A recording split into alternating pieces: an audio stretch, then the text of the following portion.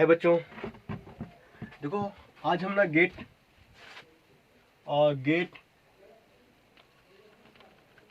है ना 2020 का है ना क्वांटम मैकेनिक्स से जो क्वेश्चन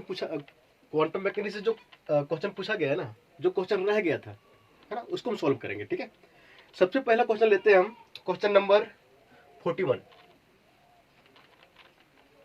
है ना। 41 लेते हैं।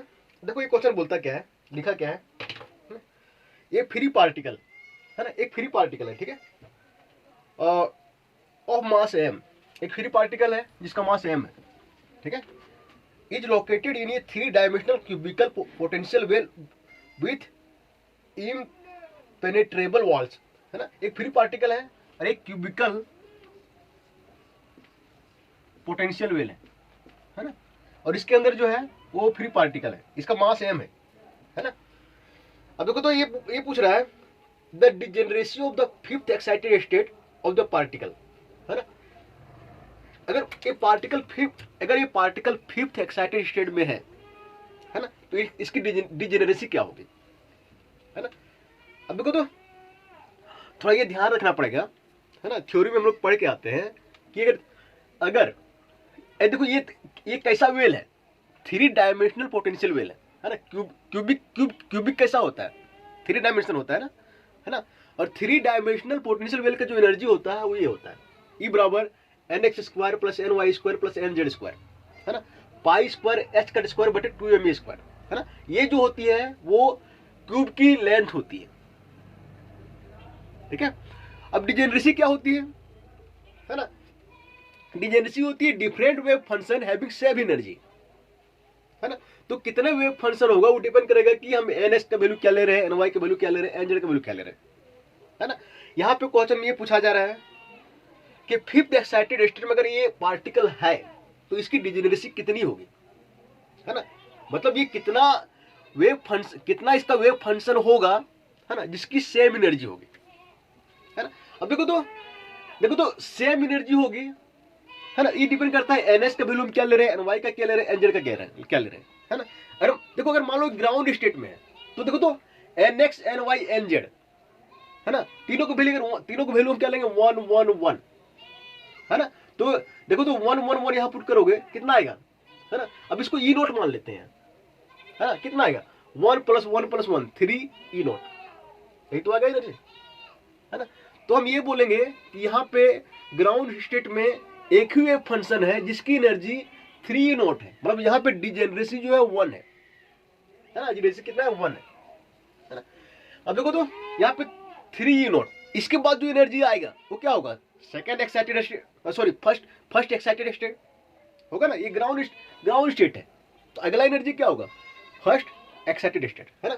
अब देखो फर्स्ट एक्साइटेड स्टेट में क्या रख सकते हैं, देखो तो यहाँ पे nx का वैल्यू जो 2 रखो है ना, 2 ny का 1 रखो, nz का 1 रखो है ना। अब तो फिर इसका यहाँ पे 1 रखो 2 1, तो 1 1 2 रखो है ना। तो देखो तो इतना हम रखते हैं तो देखो तो एनर्जी कितना आएगा यहाँ पे, मतलब इसको सॉल्व करो 1 1 1 2 और 2 स्क्वायर कितना 6 यू नोट हो जाएगा है ना, 6 यू नोट है ना। अब देखो कितना वेव फंक्शन बनेगा, 3 1 2 3 वेव फंक्शन बनेगा है ना।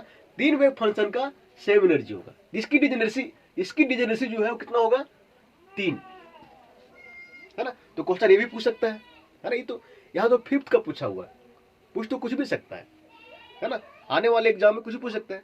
सेम वैसे देखो तो अगर सेकेंड एक्साइटेड स्टेट की बात करें हम है ना, सेकेंड एक्साइटेड स्टेट मतलब फर्स्ट एक्साइटेड स्टेट के बाद का जो एनर्जी होगा उसको हम बात कर रहे हैं है ना। अब देखो सेकेंड एक्साइटेड स्टेट में क्या रख सकते हैं, देखो तो एनएस का वैल्यू 2 2 1 रखो, यहाँ पे 2 2 1 रखो है ना, 1 2 2 रखो है ना, तो 2 1 2 रखो है ना।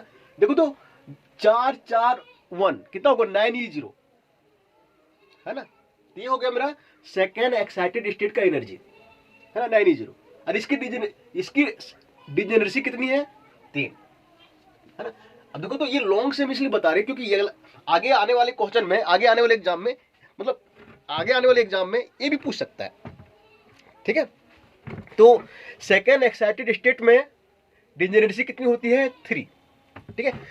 अब देखो तो थर्ड लेते हैं, थर्ड में क्या करेंगे, देखो यहाँ पे लेते हैं 3, NX3 लेते हैं, फिर ये NY1 लेते हैं, 1 लेते हैं, फिर क्या करते हैं 1 3 1 लेते हैं, 1 1 3 लेते हैं, तो एनर्जी कितना हो जाएगा, 3 रखो यहाँ पे, 9 1 10 11 11 11 ई नॉट हो जाएगा, है ना। तो थर्ड एक्साइटेड स्टेट में डिजेनरेसी कितनी है 3, है ना। बच्चों ये भी ध्यान में रखना है, ठीक है, क्योंकि आगे आने वाले एग्जाम में ये भी पूछ देगा कि थर्ड एक्साइटेड स्टेट में, है ना, डिजेनरेसी कितनी होगी। अब आगे चलते हैं, फोर्थ में चलते हैं, फोर्थ एक्साइटेड स्टेट। फोर्थ में क्या रखेंगे हम, देखो यहाँ 2 रखो, यहाँ पे 2 रखो, यहाँ पे 2 रखो, है ना, कितना हो जाएगा 4 + 4 + 4 12 ई नॉट, है ना। ये मेरा हो गया फोर्थ एक्साइटेड स्टेट का एनर्जी। देखो तो अब ये ध्यान रखना, फोर्थ एक्साइटेड स्टेट में जो डिजेनरेसी होगी वो कितनी होगी 1, क्योंकि एक ही वेव फंक्शन तो बनेगा 2 2 2, देखो एक ही तो है ना? अब इसके आगे चलते हैं, फिफ्थ में देखते हैं, है ना, फिफ्थ में, फिफ्थ एक्साइटेड स्टेट। अब देखो फिफ्थ में क्या करेंगे हम, यहाँ पे 1 2 3 लो, 1 2 3, अब तो फिर चेंज कर दो 1 3 2 2 1 3 चेंज कर दो, है ना। अब तो फिर 2 3 1 लो, 3 1 2 लो, 3 2 1 लो, है ना। सबको पुट करोगे ना तो एनर्जी जो है 14 ई नॉट आएगा, है ना। अब देखो इस यहाँ पे डिजेनरेसी कितना है, 1 2 3 4 5 6, कितना है 6 डिजेनरेसी, मतलब 6 वेव फंक्शन होगा और 6 वेव फंक्शन का सेम एनर्जी होगा, है ना। कहां पे, फिफ्थ एक्साइटेड स्टेट में, है ना। अब देखो क्वेश्चन ऐसा ही पूछ देगा, ठीक है, कि ground state energy, ground state में टोटल एनर्जी कितना होगा, 3 नॉट होगा। फर्स्ट एक्साइटेड स्टेट में टोटल एनर्जी कितना होगा, 6 नॉट होगा, है ना। सेम में से पूछ देगा, यहाँ पे तो डिजेनरेसी पूछा गया है ना, ये पूछ देगा कि फिफ्थ एक्साइटेड स्टेट में टोटल एनर्जी कितना होगा, 14 ई नॉट, है ना। तो इससे बहुत सारे क्वेश्चन बनते हैं, ठीक है, तो इसको ध्यान रखना। सबसे मेन जो ट्रिकी वाला जो पूछा जा सकता है, ये पूछा जा सकता है, फोर्थ एक्साइटेड स्टेट की डिजेनरेसी कितनी है, तो इसको याद कर लेना, कितनी है 1, और कितने वेव फंक्शन बनेंगे 1, है ना। और फोर्थ एक्साइटेड स्टेट में टोटल एनर्जी कितनी होगी 12 ई नॉट, है ना। अब एक्साइटेड स्टेट हम लोग कैसे करते हैं, एनर्जी के अनुसार से करते हैं, ये ग्राउंड स्टेट, फिर first excited state, second, third, fourth, fifth, ठीक है। चलो इसको बिठा देते हैं, ठीक है, ये काफी इंपॉर्टेंट है, इससे बहुत सारे क्वेश्चन बनते हैं, इसलिए इसको ध्यान से पढ़ना, ध्यान से इसको मतलब देखना, ठीक है। ये भी पूछ देगा, है ना, कि यहाँ पे तो इससे बहुत सारे क्वेश्चन बन सकते हैं ना, कि फिफ्थ एक्साइटेड स्टेट में, है ना, टोटल वेव फंक्शन कितना होगा, इसके अनुसार इसके कोरस्पॉन्डिंग होगा, इसके कोरस्पॉन्डिंग होगा, मतलब सब मिला के 6 वेव फंक्शन होगा, है ना। और तो ये पूछ देगा कि फोर्थ एक्साइटेड स्टेट में टोटल वेव फंक्शन कितना होगा, है ना, कितना वेव फंक्शन होगा, सिर्फ 1 होगा, है ना। ये पूछ देगा कि थर्ड एक्साइटेड स्टेट में टोटल वेव फंक्शन कितना होगा देखो तो 1 2 3, है ना। तो फिर ये पूछ देगा कि थर्ड एक्साइटेड स्टेट में टोटल एनर्जी कितनी होगी, थर्ड एक्साइटेड स्टेट में डिजेनरेसी कितनी होगी, 1 2 3, है ना। तो बहुत सारे क्वेश्चन बनते हैं, ठीक है, ध्यान रखना। चलो हाँ, इसको मिटा देते हैं, ठीक है।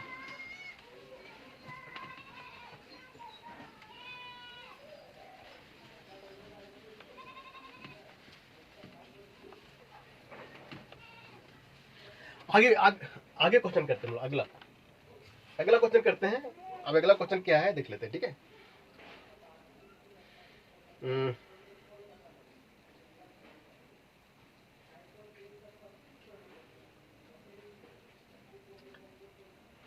अगला क्वेश्चन, 1 मिनट,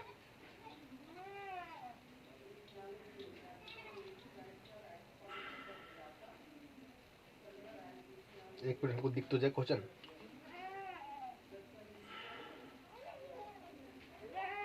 हाँ देखो तो 55 नंबर, ठीक है, देखो 55 नंबर में क्या है, the Planck's energy density distribution is given by, देखो प्लांक्स का जो फॉर्मूला था वो दिया है, वही ओमेगा की टर्म में दिया है, ठीक है। ये दिया है एच कट है शायद तक, एच कट है कि एच दिख नहीं रहा है, एच कट, हाँ, ओमेगा क्यूब, है ना, पाई स्क्वायर सी स्क्वायर, है ना, एक्सपोनेंशियल एच कॉट ओमेगा, है ना, बटे के टी -1, है ना, एक लॉन्ग वेवलेंथ, है ना, the energy density of photon in thermal equilibrium, है ना, विथ ए कैविटी टी, है ना, temperature T varies as T की पावर अल्फा। मतलब कहने का इसका मतलब ये है ना, अगर हम वेवलेंथ बहुत हाई कर देते हैं, है ना, वेवलेंथ लॉन्ग लेते हैं, है ना, तो जो एनर्जी डेंसिटी है ना, वो टी के कौन से पावर पर डिपेंड करेगा। ठीक है, अब देखो तो ये है प्लांक्स का फॉर्मूला है ब्लैक बॉडी रेडिएशन के लिए, है ना, हम लोग पढ़े हैं इसको थ्योरी में। ठीक है, तो प्लांक्स का जो फॉर्मूला होता है एक्चुअल में वो होता है 8 पाई एच न्यू क्यू बटे सी क्यू होता है। यहाँ पे ओमेगा के टर्म में दिया है, एच कट के टर्म में दिया है, तो एच कट ओमेगा क्यू बटे पाई स्क्वायर सी स्क्वायर ई की पावर एच कट ओमेगा बटे के टी -1, है ना, ये प्लांक्स का एनर्जी फॉर्मूला है।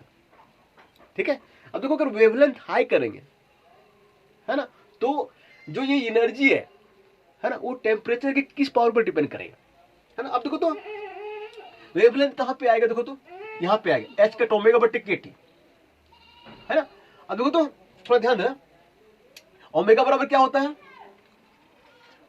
2 पाई न्यू, यही तो होता है ना, और ओमेगा बराबर क्या लिखेंगे हम 2 पाई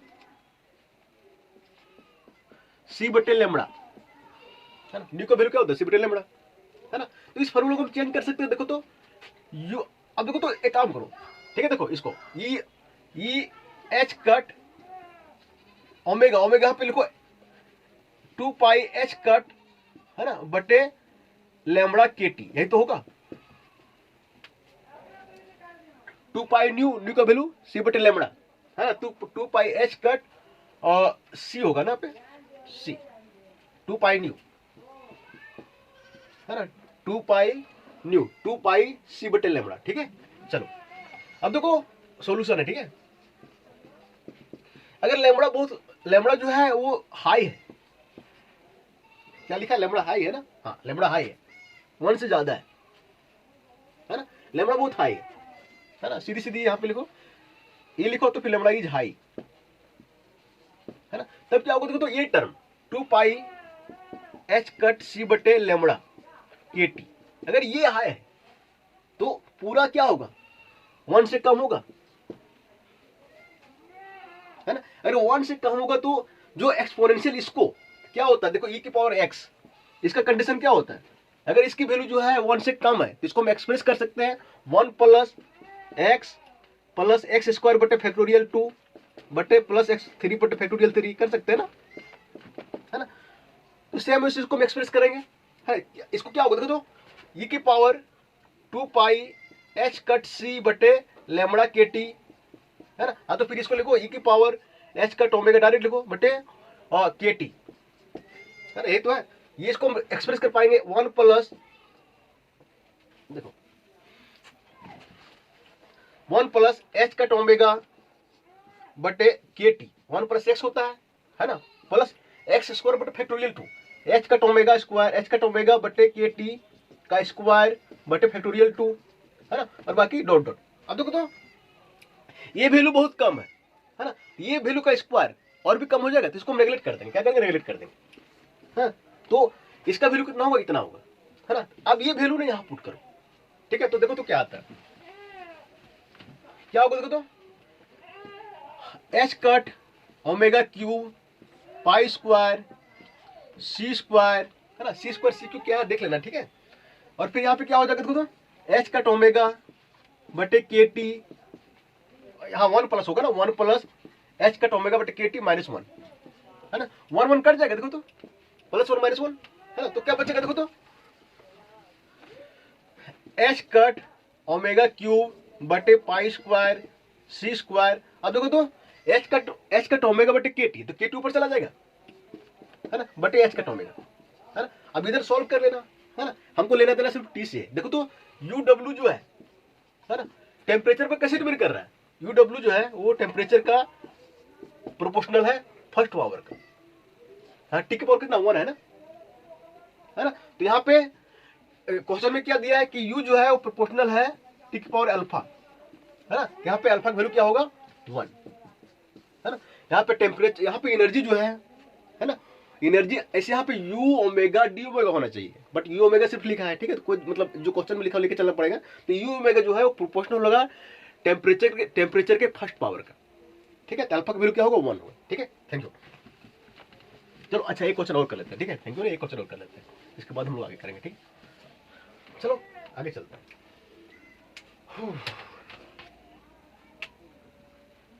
एक्चुअल में ना तो एक क्वेश्चन और कर लेते हैं।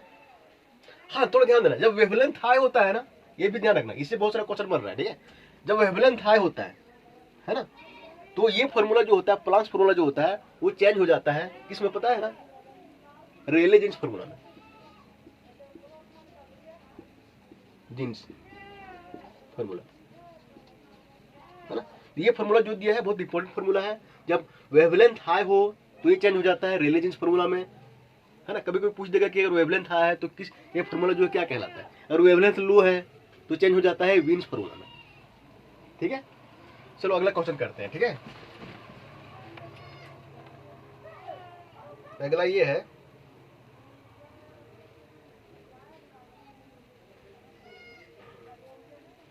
अगला अगला अगला क्या क्वेश्चन है भाई।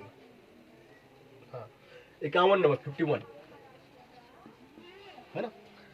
ये hydrogen atom is in orbital angular momentum state, है ना।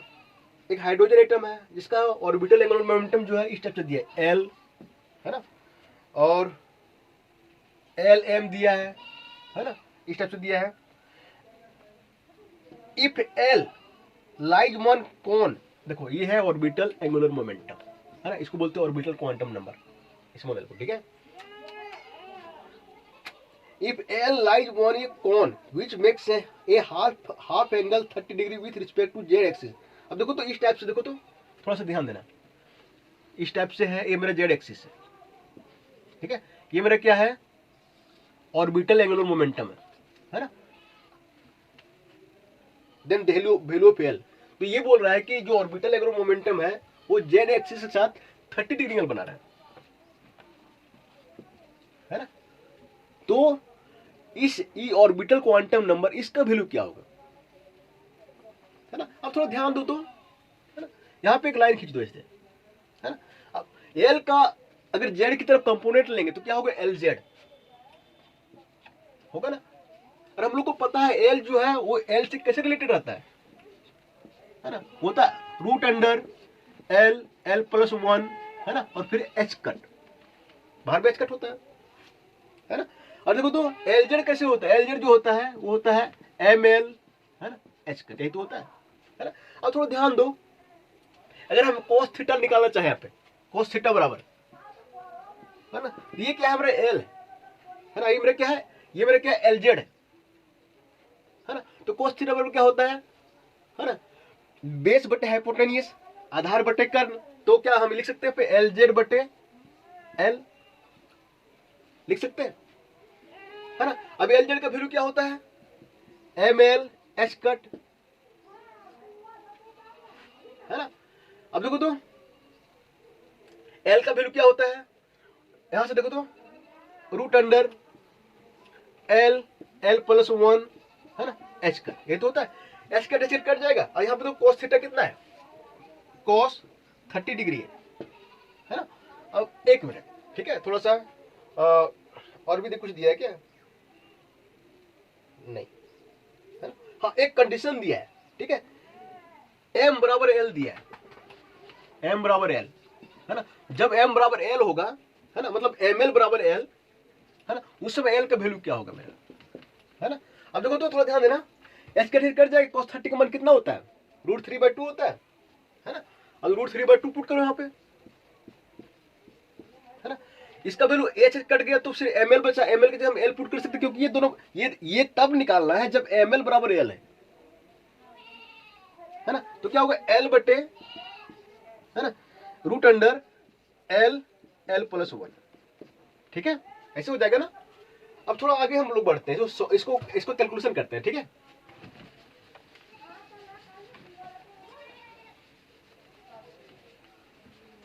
देखो तो इसको सॉल्व करते हैं, सॉल्व करो तो इसको देखो कितना आएगा सॉल्व करने के बाद, देखो तो, हाँ देखो तो इसको इधर ले आओ, तो देखो तो इसको इधर 2l बराबर क्या हो जाएगा,